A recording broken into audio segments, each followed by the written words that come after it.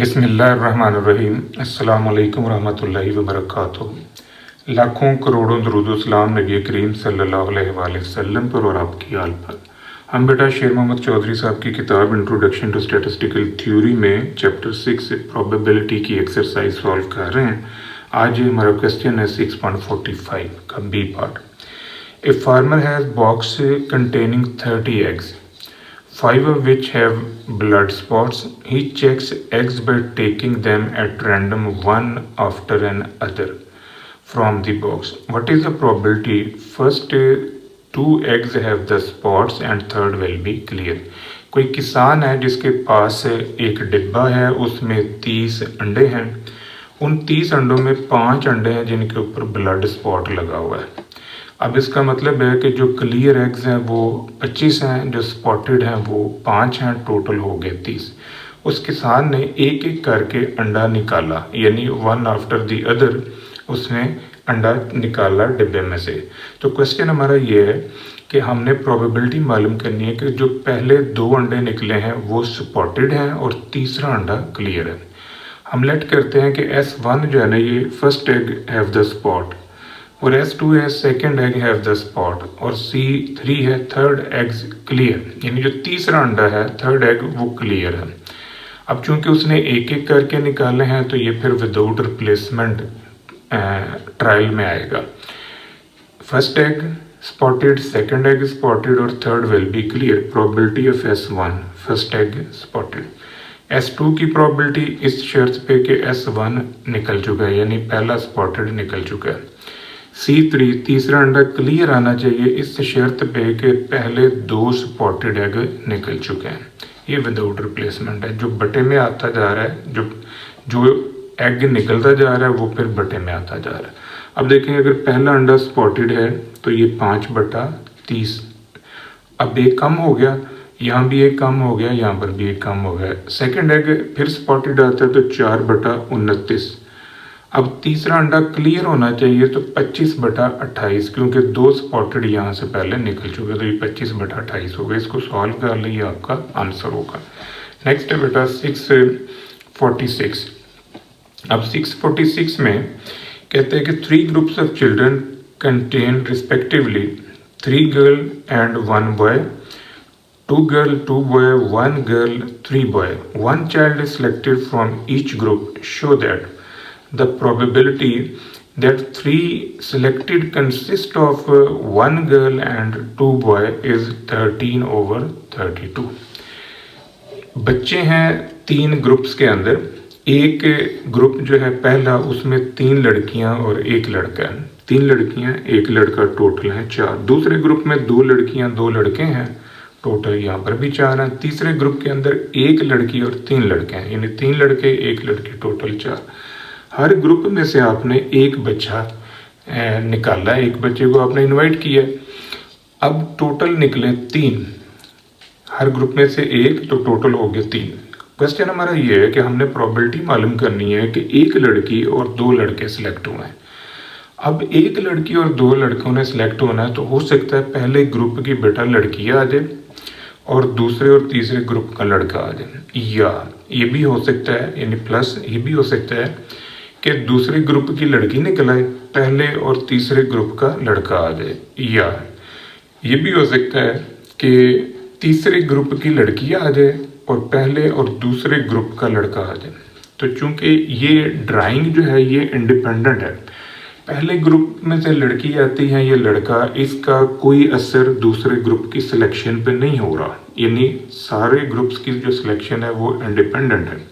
तो फिर हम इनको बेटा ब्रेक कर सकते हैं, इनको ब्रेक कर लें, अलग-अलग कर लें। अब पहले ग्रुप की अगर लड़की आती है तो पहले ग्रुप में लड़कियां 3 है, यह आ जाएगा 3/4। दूसरे ग्रुप में से लड़का आता है 2/4, तीसरे में से भी लड़का आता है 3/4। ये पहला सेट हो गया। अब अगर दूसरे ग्रुप की लड़की आती है तो दूसरे ग्रुप में लड़कियां 2 हैं, 2/4। फिर पहले का लड़का आता है 1/4, तीसरे का भी लड़का आता है 3/4।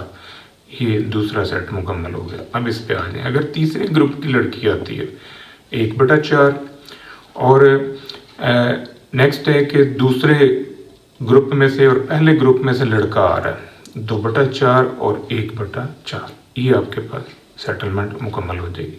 इनको सॉल्व करें, ऊपर वाली रकमों को अलग ज़रब दे दें, नीचे वालियों को अलग, ये सेट आ गया। 64 एलसीएम ले लें, इसे मज़ीद सॉल्व करें, ये आपके पास 26/64 है, इसे 2 पे तकसीम कर लें, ये आपका रिक्वायर्ड आंसर आ जाएगा।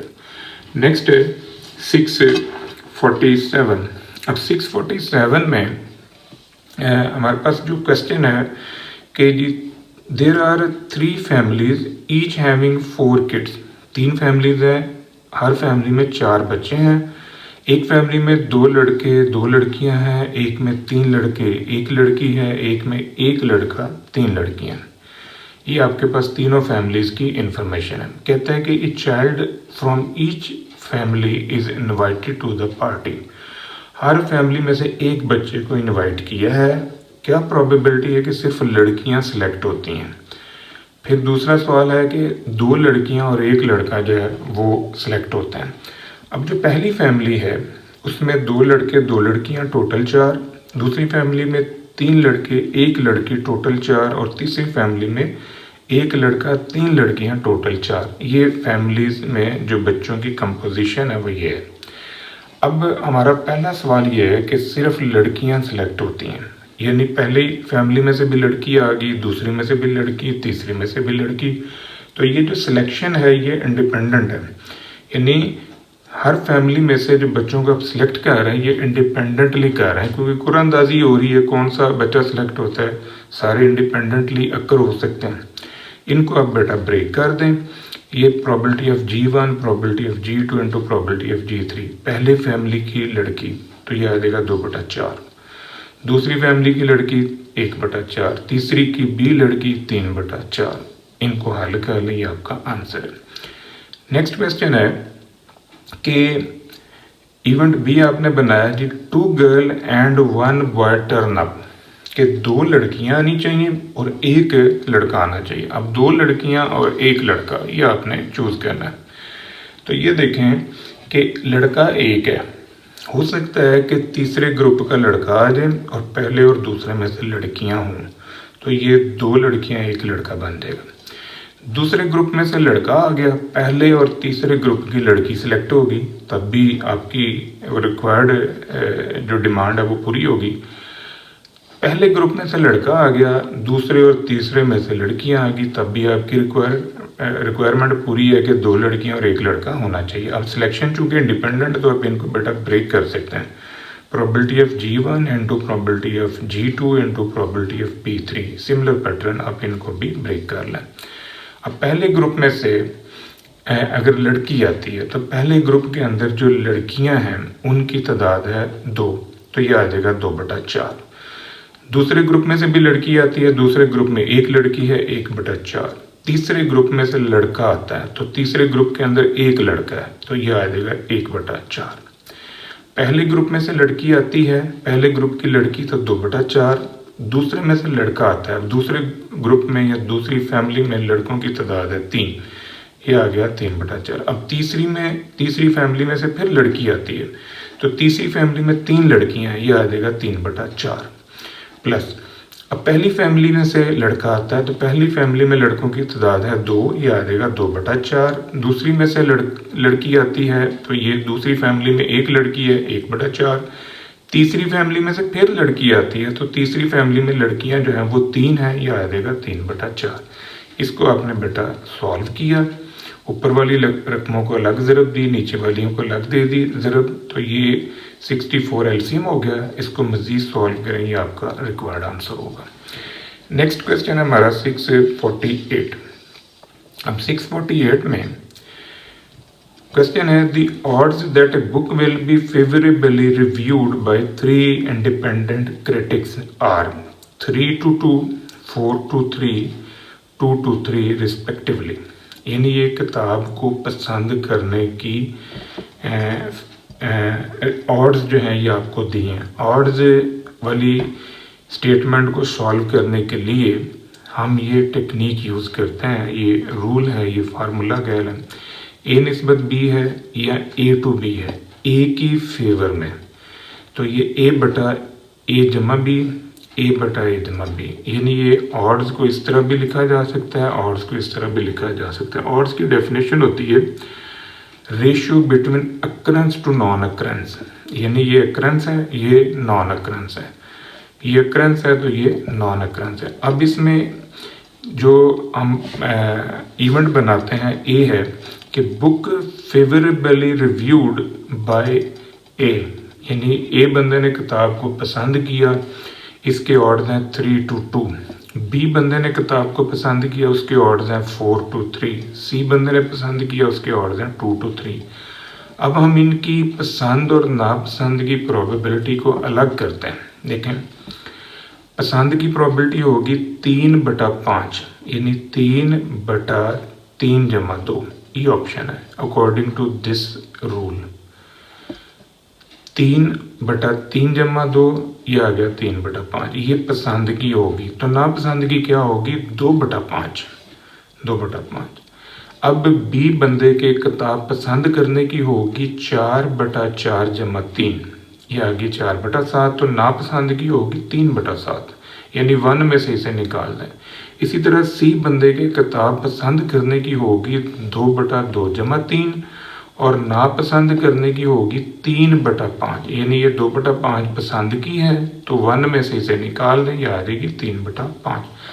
क्वेश्चन हमारा ये है कि मेजॉरिटी जो है ना वो किताब को पसंद करती है। हमने प्रोबेबिलिटी निकालनी कि मेजॉरिटी फेवर द बुक। अब हमने उनकी पसंद की और नापसंद की प्रोबेबिलिटी मालूम कर ली।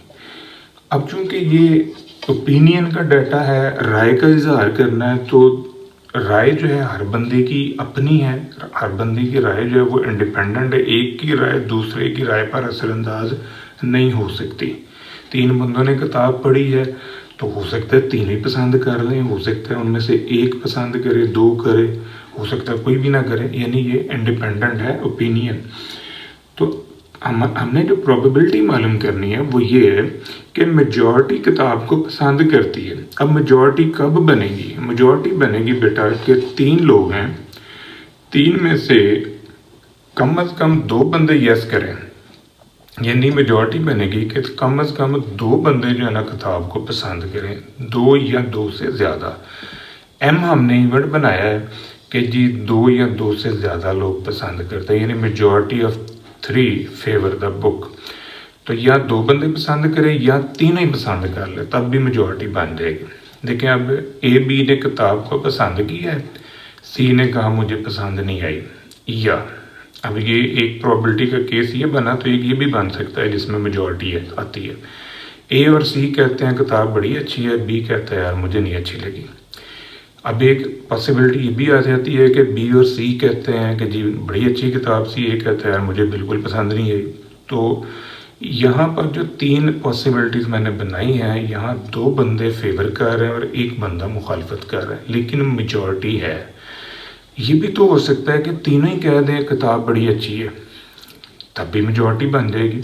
तो अब चूंकि ओपिनियन का डाटा है, राय का इजहार करना है, तो ये इंडिपेंडेंट है, इनको आप ब्रेक कर लें अलग-अलग, क्योंकि इंडिपेंडेंट इवेंट्स को ब्रेक किया जा सकता। अब आपने बेटा जहाँ पर बार लगी हुई है, डैश है, मुखालफत वाली बात है, नापसंदीदगी का इजहार है, वहाँ पर आपने कीमत रखनी है डैश वाली, यानी ये नीचे वाली ये कीमतें रखने। और जिधर फेवर की बात हो रही है, किताब को पसंद करने की बात हो रही है, वहाँ पर ये कीमतें रख लें। और जब अब ये कीमतें रख के बेटा इसको आप सॉल्व करेंगे तो आपका रिक्वायर्ड आंसर जो है वो आ जाएगी। आपने कीमतें पुटअप की हैं, ऊपर वाली रकमों को ज़रब दे दी, नीचे वाली को ज़रब दे दी। अब आपने 175 एलसीएम ले लिया, इसको सॉल्व करें, ये आपका रिक्वायर्ड आंसर आ जाएगा। ये था बेटा आज का हमारा लेक्चर। दुआ में याद रखिएगा, इंशाल्लाह अगली वीडियो के साथ फिर हाजिर होंगे। फ़ी अमान अल्लाह।